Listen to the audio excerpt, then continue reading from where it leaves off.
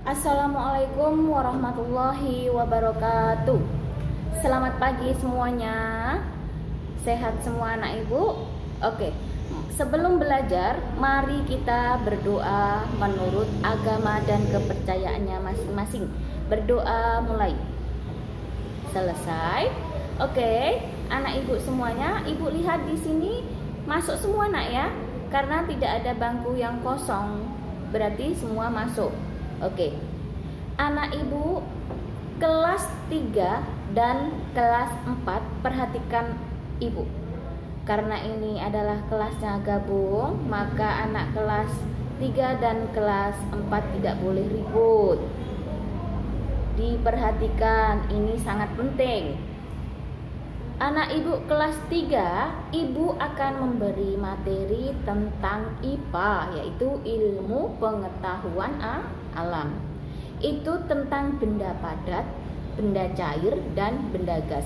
Sedangkan anak ibu kelas 4, ibu akan memberi materi tentang IPS, yaitu tentang kerjasama.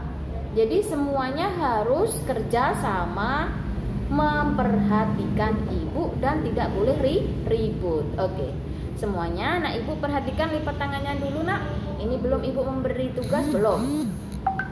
Sebelum mengerjakan tugas, ibu akan memberi materi sedikit tentang benda padat. Ini untuk kelas 3 ya. Benda-benda yang ada di sekitar kita. Ada 3 macam, yaitu benda padat, benda cair, dan benda gas. Oke. Kelas 4 boleh mendengarkan tetapi tidak boleh ribut. 3 macam benda berdasarkan wujudnya, yaitu benda yang berwujud padat, cair, dan gas. 3 contoh benda berwujud padat di lingkungan sekolah itu contohnya apa yuk? Kelas 4 boleh menjawab. Oke. Meja, apalagi? Lemari, apalagi? Papan tulis, spidol, buku, dan sebagainya. Oke, sebutkan 3 contoh perwujudan cair, benda cair di lingkungan sekolah yang ada di sekolah kita ini. Apa yuk? Air. Air di kamar mandi ada kan? Apalagi? Teh, ada teh ya. Di kantor ada teh. Susu di mana? Di kantin. Oke. Tahu ya semuanya, kalau di rumah ada pasti minyak goreng, apalagi minyak tanah dan sebagainya. Terus sebutkan 3 contoh benda berwujud gas di lingkungan sekolah. Ayo, ada apa yuk yang di sini? Apa? Udara, asap kendaraan, dan uap air. Oke, 3 sifat yang dimiliki benda padat antara lain bentuknya tetap, volumenya tetap, dan dapat berubah bentuk bila diberi perlakuan. Contohnya adalah apa yuk? Kayu.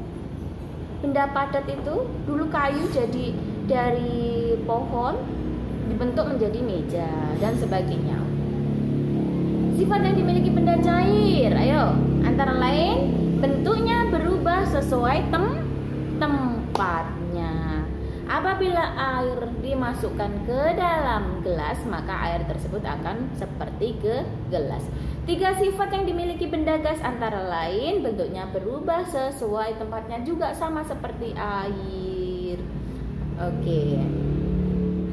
Oke, dengarkan dulu, itu sudah untuk kelas 3. Sekarang kelas 4 ya. Kerjasama adalah kegiatan yang dilakukan 2 orang atau lebih untuk mencapai tujuan bersama. Oke. Maksud manusia sebagai makhluk sosial adalah manusia dilahirkan tidak dapat hidup sendiri dan selalu membutuhkan orang lain. Itu namanya apa? Makhluk sosial. Dengarkan kelas 4 dan kelas 3. Kelas 3 tadi sudah selesai ya, tapi dengarkan dan perhatikan juga. Ibu menerangkan untuk kelas 4-nya. 3 ruang lingkup dalam melakukan kerjasama, yaitu di rumah, di sekolah dan di masyarakat. 5 contoh kerjasama di lingkungan sekolah antara lain belajar kelompok, lomba tarik tambang, mempersiapkan soal ujian akhir semester, peringatan hari ulang tahun RI, piket kelas dan sebagainya. 5 manfaat kerjasama yaitu pekerjaan cepat selesai. Apalagi nak? Pekerjaan menjadi ringan, menghemat tenaga, mempercepat persaudaraan dan sebagainya. Oke, anak ibu itu semuanya sudah ibu jelaskan tadi. Masalah tentang yang kelas 3 adalah benda yang ada di lingkungan kita, di sekitar kita. Yang kelas 4 itu adalah kerjasama. Maka ibu akan menugaskan untuk kelas 4, tolong di kelas 3 dulu. Kelas 3 dulu tolong dibuka LKS-nya. Semua punya LKS ya. Yang kelas 3 buka halaman 28. Di situ ada keterangan tentang materi tentang benda padat, benda cair dan benda gas. Yang kelas 4 buka LKS halaman 36. Itu tentang kerjasama. Di situ juga ada materinya. Tolong anak ibu semuanya nanti itu dibaca dulu.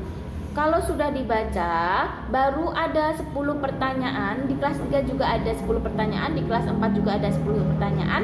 Silakan dijawab dulu di buku tugas kalian. Oke? Kalau sudah jelas, tolong silakan dikerjakan dari sekarang. Oke, terima kasih. Kalau sudah selesai semua anak ibu semuanya, maka kita bisa akhiri pembelajaran ini. Nanti hasilnya ibu akan koreksi dan kita bahas untuk pertemuan kedua ya. Pertemuan kedua nanti kita akan bahas bersama-sama supaya kalian tahu di mana kesalahan kalian, di mana kemampuan kalian belajar itu sampai mana gitu nah ya. Oke. Sampai di sini ibu akhiri. Wassalamualaikum warahmatullahi wabarakatuh.